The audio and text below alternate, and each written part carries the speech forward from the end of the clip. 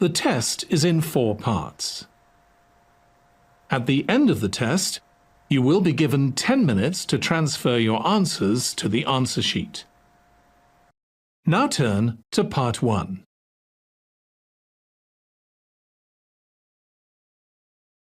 Part 1.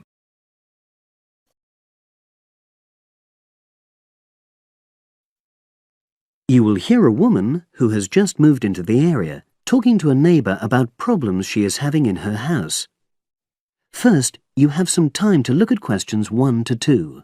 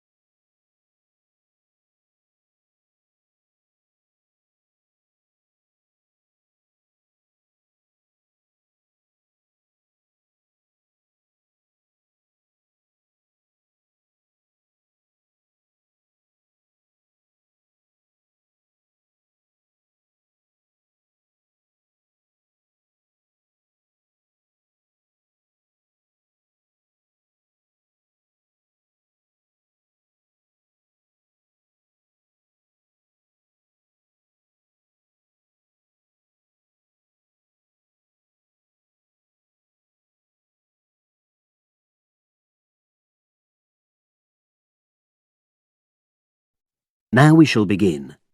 You should answer the questions as you listen, because you will not hear the recording a second time. Listen carefully and answer questions 1 to 2. Oh, hi Ruth. How are you? I'm sorry to bother you, Alistair, but I've been having some problems. Oh, come on in. What's happened? Basically, I had a leak from one of the pipes in the bathroom, and water started coming through downstairs, and the kitchen ceiling's badly stained.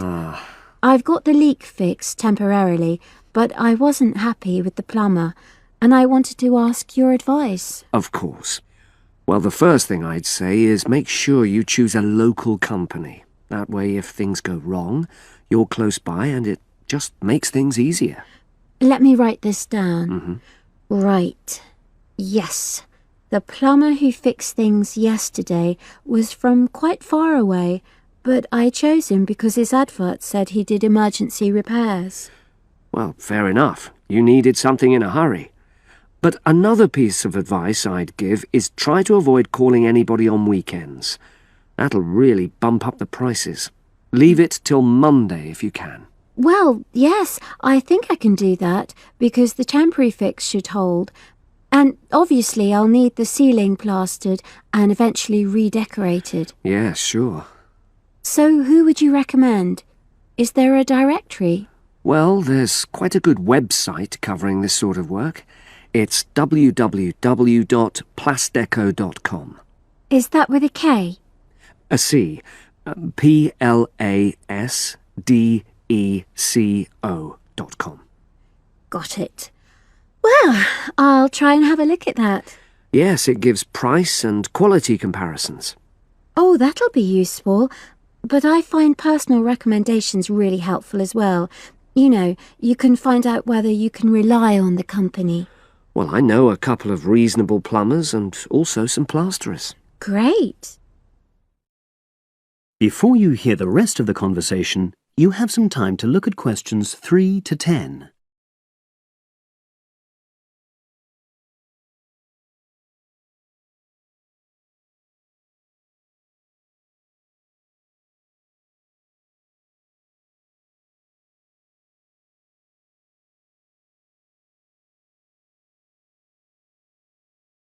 Now listen and answer questions 3 to 10. There's a company called Peaks Plumbing. Now, they're a father and son team. They're really friendly and they tell you information you need in a clear way, you know, so they really understand what the problem is. Right, well, that's good to know. Are they reliable? Well, that's a downside. every single time I've used them, they arrive late. And friends have said the same thing. But is the work good quality? Absolutely. Another one is John Damerel Plumbing Services. He's very good. How do you spell the surname? Damerol. Right, got that. And does he do high-quality work? Well, it's fine, you know, but I wouldn't say that was his main point. Basically, he comes out cheaper, you know, than other people. I sense there's a but. Is he unreliable? Oh, he comes when he says he's coming, but he's not very courteous, and he has the tendency to be messy, you know, so you have quite a bit of clearing up to do. Okay. So it's up to you. They're both good workers, and they won't cheat you. Right. And you said you knew some plasterers? Yes, a company called Simonson Plasterers did our living room last year. We chose them because we wanted some fancy work on the ceiling, around the lights. So they can do a variety of designs? You've got it.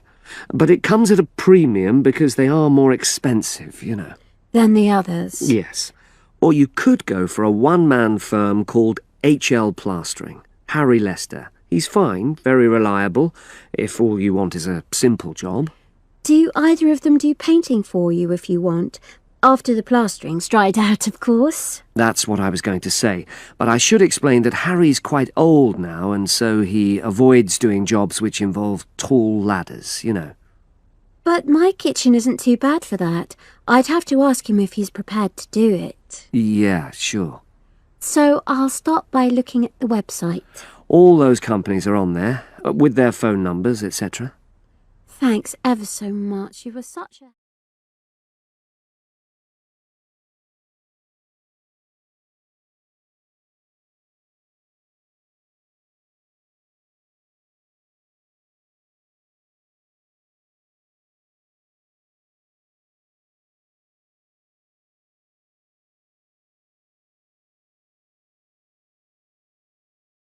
That is the end of part 1. You now have 1 minute to check your answers to part 1.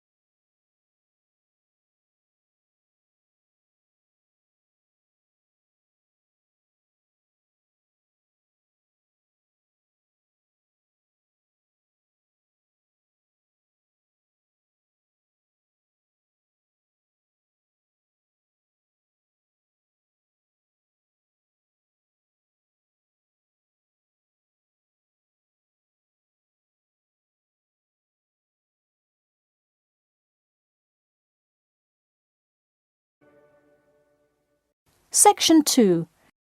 You'll hear an HR representative of Earn and Learn giving some information about her company.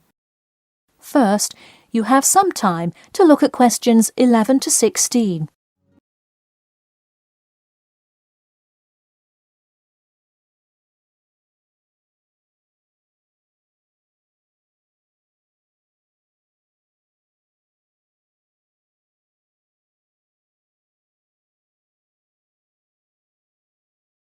Now listen carefully and answer questions 11 to 16. Welcome to all of you. Can everybody see and hear me? Good. I'm Sarah Connor, an HR representative of Earn and Learn. I have been asked today to talk to you about our company. So, for those of you who don't know very much about the company, let me start by giving you some basic information about it. Earn and Learn started nearly 20 years ago. It is not a charity but a for-profit company that enables promising entrepreneurs to make money while travelling. During the past 10 years, it has grown rapidly and has gained great influence in most countries of the world. We have a partnership with the school and take a large number of recent graduates from the business school. So if you are a recent graduate, I'd say you can consider applying to our company. Before your application, you might be curious about what sort of places you could go to. There are 4 main locations, but you also have the freedom to submit a different location, and if they can make the necessary arrangements, you can go. The first country Earn and Learn established locations was the US, where you may choose from multiple locations, as long as you can commit to their more rigid schedule of August to December. Also, you could do the Australia internship. That one is really cool. You work at a wildlife shelter and learn about the business practices of non-profit organizations. You do have to be willing to commit 8 months for that one, though. Perhaps that's a long time to be so far away, but I would say it is really an amazing opportunity. I don't know whether some of you are in decent physical shape. If so, the South Africa internship is another exciting one. You learn a lot about sustainable farming, but you would be doing some of the manual labor involved in maintaining a farm. Indeed, it's hard work, but I think you would definitely be able to do it. It may be wise to wait until after their summer is over, so it's not so terribly hot. In addition, there is a most recently established location in India. This one gives you more of a study abroad feel, given that they arrange a host family for you to stay with. In the other locations, you live in an apartment with other interns, so this is definitely a unique experience. Before you hear the rest of the talk, you have some time to look at questions 17 to 20.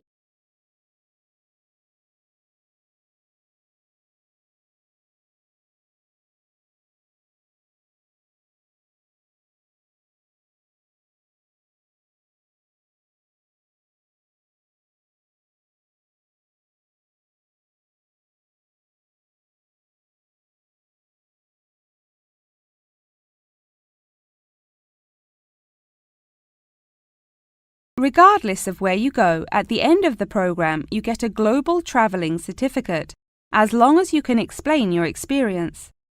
You can provide a written log of what you did. I recommend writing journal or blog entries about what you do every day, or a weekly summary of each day. Of course, you don't have to write up a formal report or anything like that, and you need to apply for it once you have returned. Some students may want to know whether this is a paid internship. Actually, you have to pay for the flight there yourself. But you have the opportunity to create your own small business, which could earn you money if it's successful. So basically, you pay for it all up front, but when you're there, you can find ways to make money. That is to say, you pay for 2/3 of the cost up front as a deposit, and then give the final installment 1 month prior to your return. Finally, I have to remind you that you need a health check before you go, to make sure you're not going to spread any communicable diseases. In addition, before you go, you don't have to attend any meetings or workshops. You'll meet everyone you'll be working with once you get there. Okay, well, that's all I've time for today. Thanks for listening, and I'm happy to take any questions if you have them. That is the end of section 2. You now have half a minute to check your answers.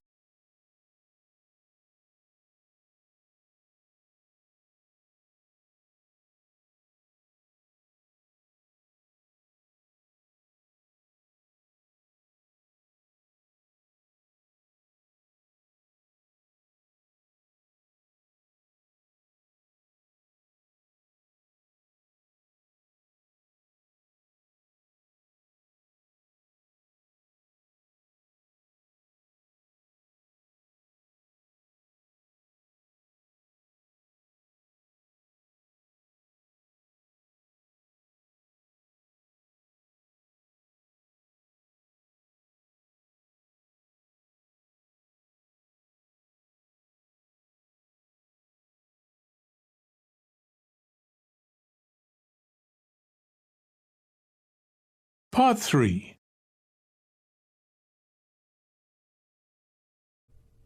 You will hear a student called Pete talking to his classmate Dave about the presentation that he will give on environmental science.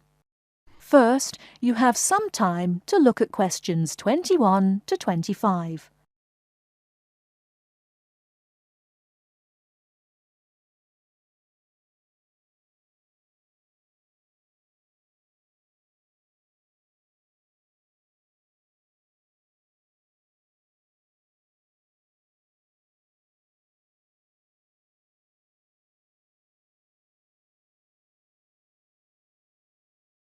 Now listen carefully and answer questions 21 to 25. Are you just leaving the library now? I saw you get there at 8 a.m. Yeah, I've been there all day. What for? They hire a cute new librarian or something? I wish. No, it's the presentation that I will give in environmental science the day after tomorrow. What's it about? I heard you were really excited about the class. And Dr. Schnee also calls you for the arcane questions, as he calls them. It's about environmental damage in the Yucatan. Excuse me, what? Or is that where? The Yucatan. It's a state in southeast Mexico. So what's happening there? Agriculture is having a really adverse impact on the environment. There are too many farmers doing too much farming. It's really destroying the forests and ruining the soil. Deforestation is a major problem there now. How did you learn about this? I don't recall Dr. Schnee saying anything about it in lecture. Yes, but my brother went there last month. You know, to look at the old cities like the Maya Indians built. That's what first got me interested. Your brother Tom? No, Dick, Harry's twin. Anyway, he told me how few trees there were now and how much empty ground that grows almost nothing. He said the place looked more like the desert than jungle in some parts. It brought environmental damage, so I started looking for materials in the library. Here, look at this magazine. What's in it? It's an old issue of National Geographic. It includes interviews with tourists who have been there in the past few years. It's pretty bad. See the photos? I see the photos, but one or two photos don't prove anything. Then read what the article says. Right there. The first thing it points out is how soil samples show it's hard for anything to grow there. It says how an area of 21,000 square kilometres has lost most of its forest in the past 10 years. See, there are graphs. As the number of farmers increases, the acres of forest have decreased. It's an inverse relation. Before you hear the rest of the talk, you have some time to look at questions 26 to 30.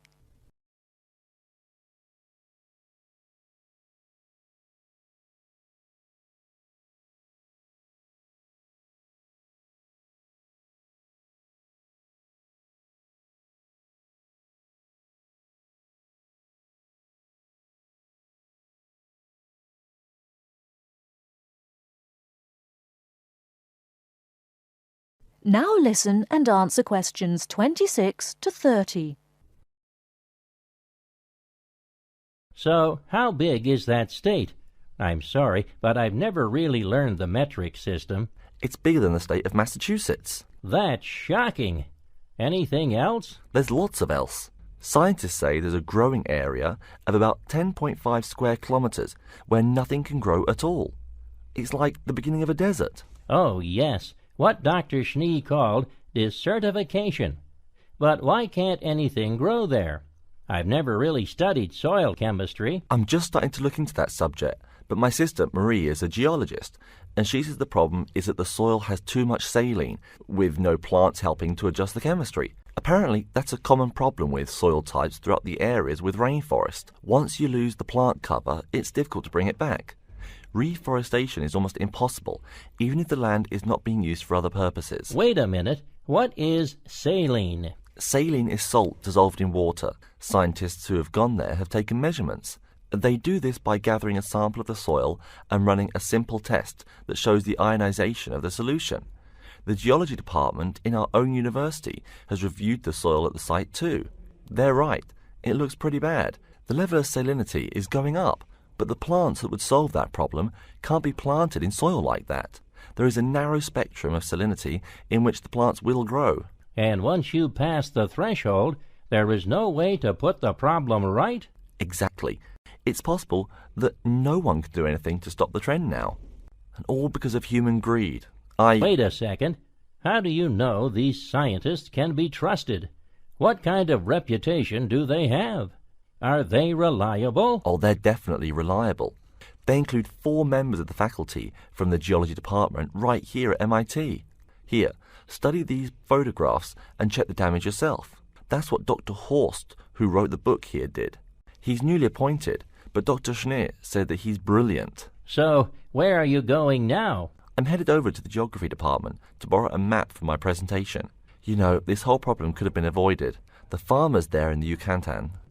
Pete? What? Go take a break. Leave some studying for the rest of us.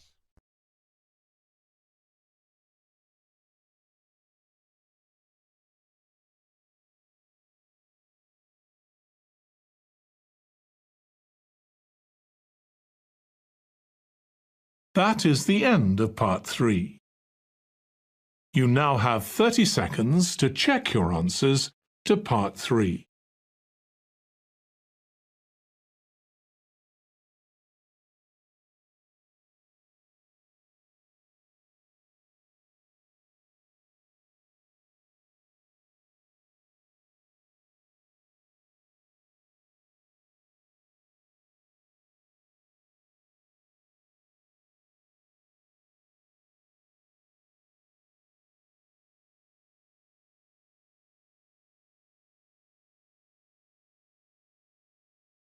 Part 4. You will hear part of a presentation about the early history of salt. First, you have some time to look at questions 31 to 40.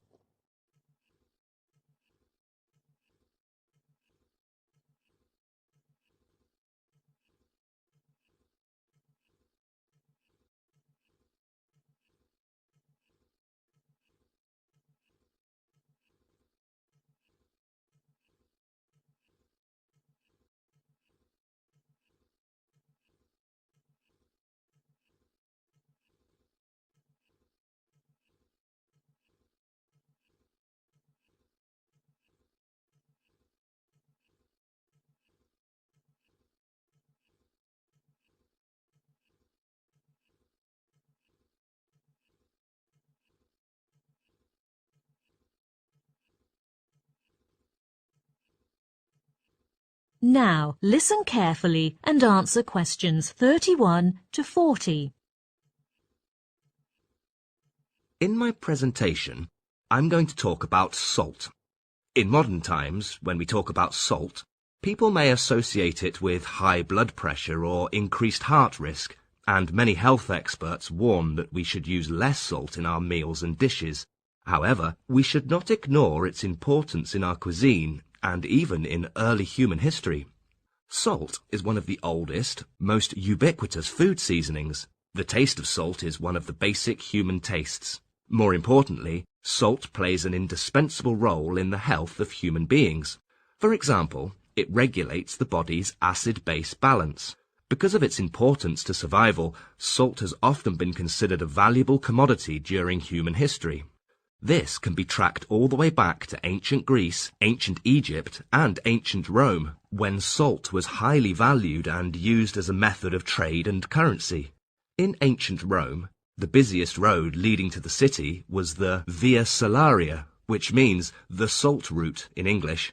A soldier's pay, which partly consisted of salt, was known as salarium argentum in Latin, from which we derived the English word salary.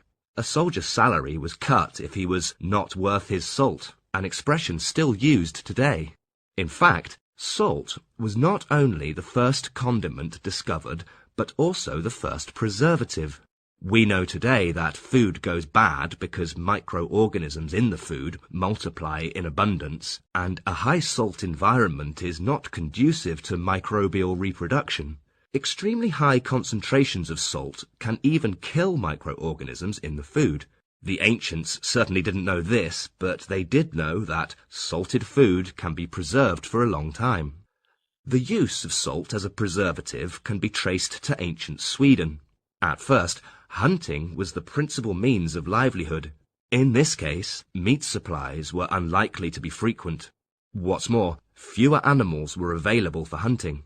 In order to ensure the supply of meat, many families in Sweden began to raise animals in the surrounding forests during the summer, when the weather was suitable for animals to survive. These animals were fed every day until about 3 to 4 months later. That's in October. They were ready to be butchered for meat, and that was the only month when ancient Swedish people had fresh meat on their table. Then, with the continuous increase in productivity, people finally had some meat left. However, how to store the meat had become a headache until someone invented a whole new way to preserve food: salting. People tried to keep meat from going bad by adding some salt to it, and it could be preserved for several months and even years. There was evidence that salt was widely used to preserve meat. Historical documents in 1573 recorded the Swedish king's everyday meals, mentioning that 175 pounds of meat was consumed each year, but over 150 pounds was salty. From this, we can clearly see the importance of salt in Sweden at that time. In addition, the documents also noted the annual sales of beer in Sweden soared during that period, and this must be related to high levels of salt in their food.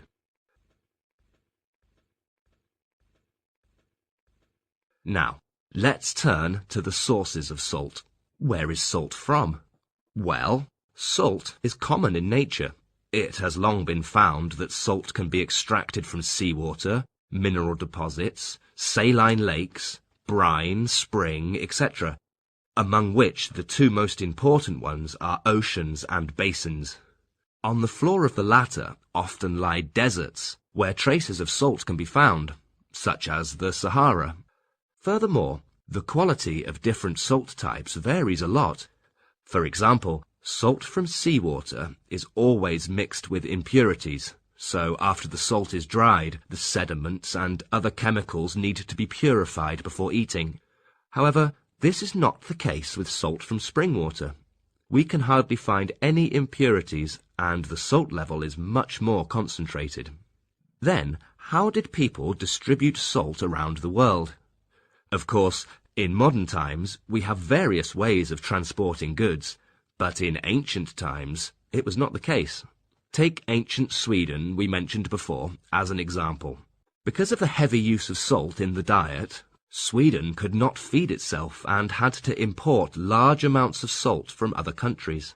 In order to make sure they could buy enough salt from abroad, the Swedish had to attach great importance to shipping and keep it undamaged, as it was the most crucial way at that time. While in other ancient countries, in order to distribute salt to other places, groups of men were employed. They put bags of salt on their shoulders or backs and moved them to the surrounding regions, and gradually these people were considered as a mode of transport in early times. Later, with the improvement of traffic conditions, salt trade between different regions was boosted, and long-distance food trade was also promoted, making communication between different cultures more frequent and... That is the end of part 4. You now have 1 minute to check